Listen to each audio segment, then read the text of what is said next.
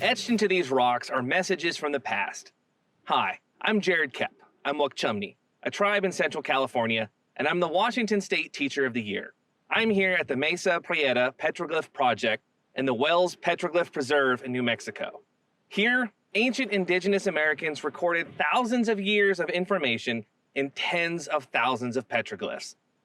The people who made them, known as the ancestral Pueblo, are often said to have had no written language. That's what archaeologists often claim anyway. But this site, and others like it around the American Southwest, might challenge those claims. These rocks have a lot to say, and some of them are talking about the sky. I'm here today to speak with Matthew Martinez, a historian and a leader of Indigenous Pueblo.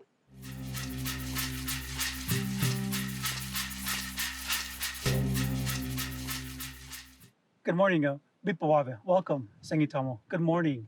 This is my homeland. And it's always great to come out and show you the place and talk about our history. What is the name of this place and what makes it so special? We refer to it as Mesa Prieta, which is a Spanish word meaning dark rock. In Tewa, we call it Tsinquaye, which means place up above, because we're up above in the hillside that overlooks the valley area. What is a petroglyph and how many are in this area? And how long have they been made here?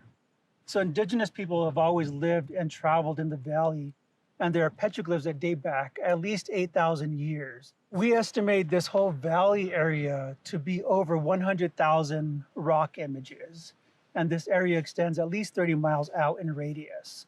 Petroglyphs are essentially rock art, and the way those were done was by taking two pieces of rock, one with the more pointed, and I'm using this for demonstration purposes, just to show you what that would look like. And it really is getting the point and a larger rock on to the basalt. And so these are made by pecking, and you would hit the top rock and it would peck into the larger basalt. And once these are pecked away, you can see the patina exposed. So all these images are made by pecking around the basalt.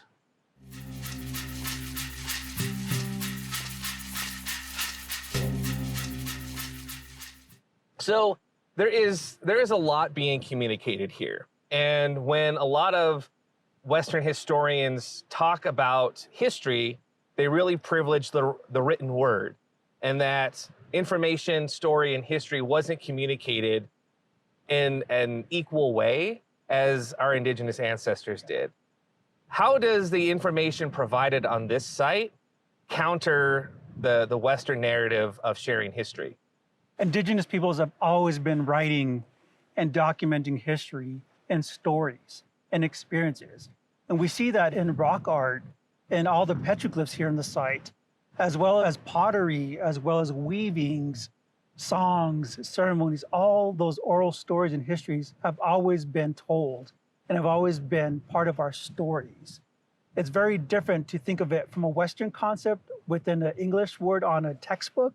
Mm-hmm. These are our textbooks, and the stories come alive, and they've always been part of who we are. So we see petroglyphs, these same images of deer, of elk, of arrowheads, of eagles that are manifested in pottery traditions, in weavings, in jewelry designs. All of that has a continuous thread of how these stories continue to be embedded in our cultural traditions. We know a lot of the images focus on hunting traditions. So a lot of shields, a lot of arrowhead images, elk, deer, antelope are pretty common out here. There's also imagery relating to flute players and how we think about that relationship of leading into music traditions, fertility. There's many different ways to understand those particular images, as well as snake images. In Tewa, we call that avanyu, which is also a fertility symbol. It also embodies the movement of our river along this area. It's also a lightning symbol. So when the lightning comes down and blesses the earth, you see this movement of of a lightning that mimics the back of a snake. These are very common. And what people were doing was carving out images that they saw and their reflective surroundings. And what evidence is left here of contact with the Spanish? There's a lot of evidence, and we can point to images of horses, images of Spanish shields, images of crosses when Christianity was introduced into the region. So people, again, were documenting their stories of what they saw around them. With all the symbols here, are there common symbols throughout the Pueblo communities that people would recognize? One of the most common symbols, and it's really ubiquitous and it's universal worldwide, is the swirl spiral symbol. And so you see that a lot here on the Mesa. You see that at other petroglyphs in New Mexico and really, other regions worldwide where it's a very common symbol.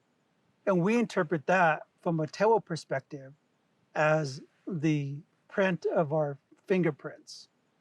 So if you look very closely at your thumb and that swirl that it makes, it is really your human print on this marker. And that's a basic way of connecting the human to the art form.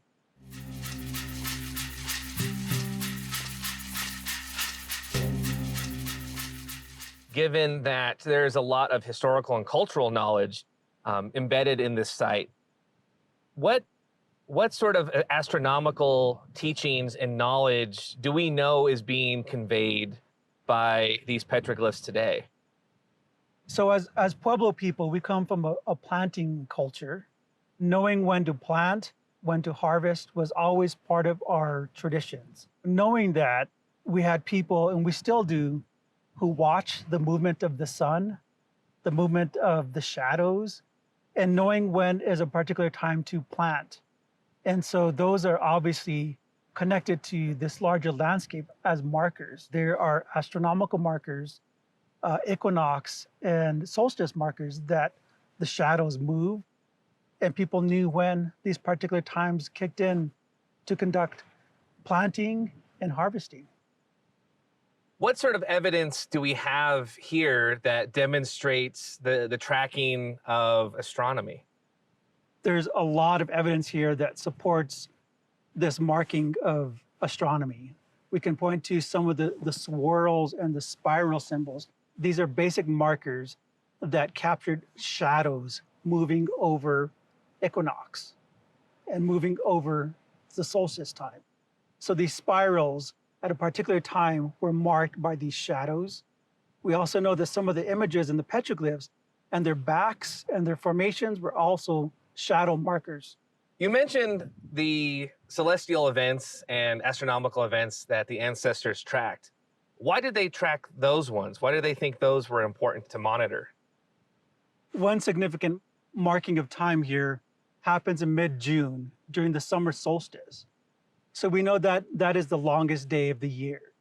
And that's the more focused time when you think about the light and the planting season and what needed to be done during the month of June. So New Mexico, as we know now, is a very dry, arid place. And so there's a method of how these planting rituals and traditions were done and orchestrated because it depended on your survival. And so the marking of time and knowing when that was appropriate to plant and to harvest and to cultivate would be why these markers existed. So the images are a reflection of scientific knowledge as well as cultural values being passed down to each generation through these images. Absolutely. And we believe that our cultural traditions are based in science. And there's a basis of how we think about an informed decision, that there's a method and a tune to the earth movements. We come from a tradition where we have practices of sky watchers, of knowing when these movements happened and the larger body and the larger universe. We see our traditions come alive through song and ceremony, through clouds, through rain, through thunder. And these images are projected here on the Mesa, but they're also part of who we are in our DNA as humans.